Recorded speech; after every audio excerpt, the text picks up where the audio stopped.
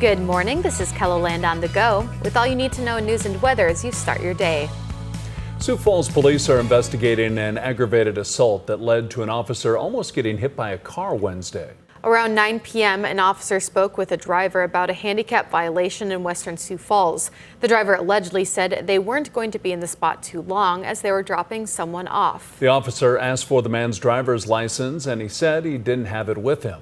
And he suddenly put the vehicle he was driving in reverse, which caused the vehicle nearly to hit the officer as he was standing near the front of it. The vehicle then ran into the patrol car with its rear bumper and then left the area eastbound on 12th Street at a high rate of speed. The driver is described as an African-American man in his late 20s driving a white Acura. No injuries were reported and no arrests have been made. 80 years after a World War II Navy pilot was presumed dead, he was finally put to rest in a military ceremony in Jackson, Minnesota on Wednesday. Thomas Ruth was born in DeSmet and was a member of the South Dakota National Guard before he joined the Navy in 1941.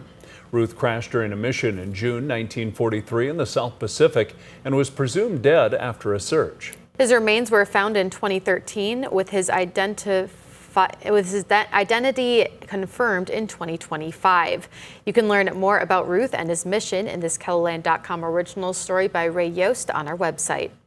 A state senator tells us mailers sent out by a political action committee with ties to candidate for governor Toby Doden are misleading. Senator Chris Carr of Sioux Falls is one of 15 lawmakers to sign a cease and desist letter sent to Dakota First Action Committee. The PAC has been sending out mailers with photos of the state lawmakers alongside Doden. Carr says he has worked hard to build trust with the voters in District 11. Somebody to come in and try to leverage my relationships for their gain, that's not acceptable to me. And if there was a genuine interest in endorsing or supporting me, then pick up the phone and call me. In a statement to KELOLAND News, Doden says he is not currently affiliated with a political action committee. Now let's get a check of our weather with meteorologist Scott Munn. Good morning, Scott. Good morning, Travis. Good morning, everybody. We are following scattered showers, thunderstorms as we do go through this coming weekend.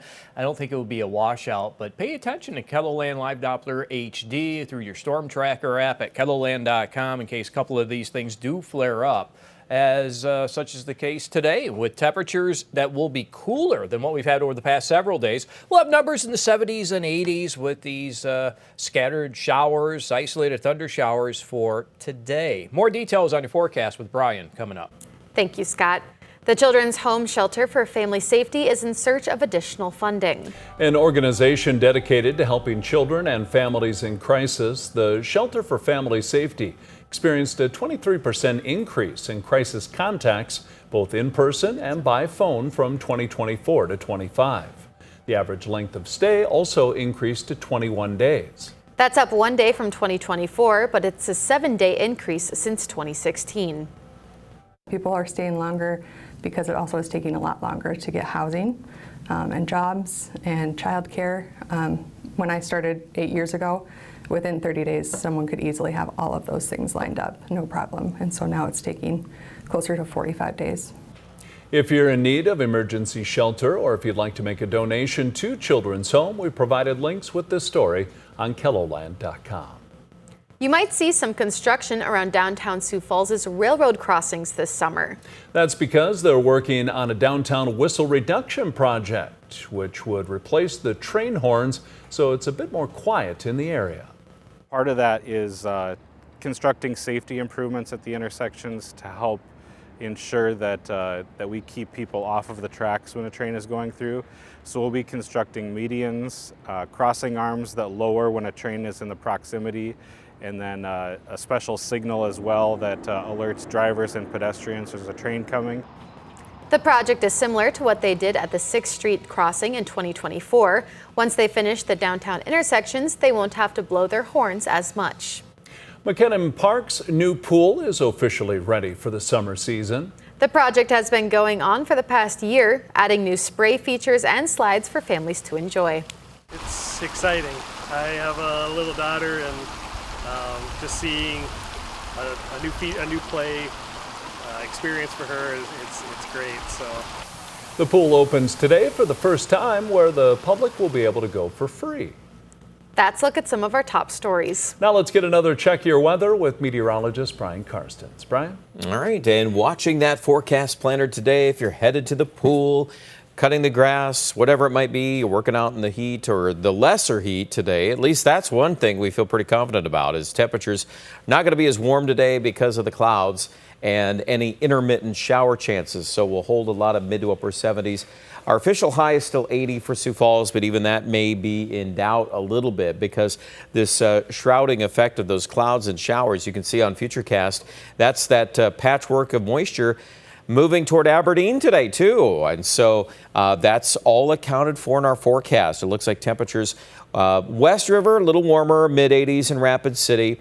And it looks like right now any thunder and lightning looks to be primarily later on in the afternoon. We'll see how much instability we actually generate. I could argue actually a little more on that Saturday morning, as you see there. Some more downpours of rain, some local downpours of rain. So that's one window that opens up here. And then Saturday, late afternoon and Saturday night. Let's see what fires up on radar.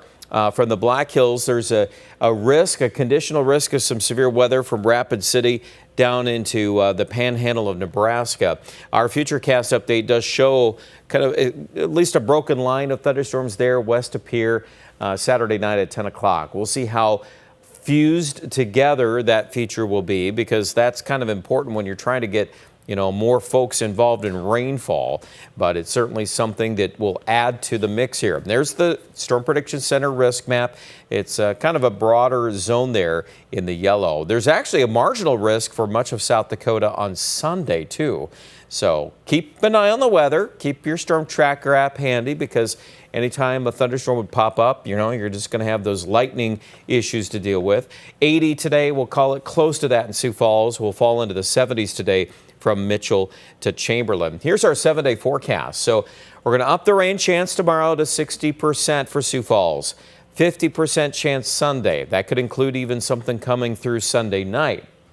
Monday, well, we're not entirely out of the pattern here. We've got more areas of rain possible, but it does look like there's kind of a lull here and then another system kind of a different pattern evolving by Wednesday that could involve more showers and thunderstorms. But the farther out we go in time, it's more of an issue of timing and placement there. Aberdeen, we're also going to hit those rain chances a little harder tomorrow and on Sunday. Monday, 40% chance of rain.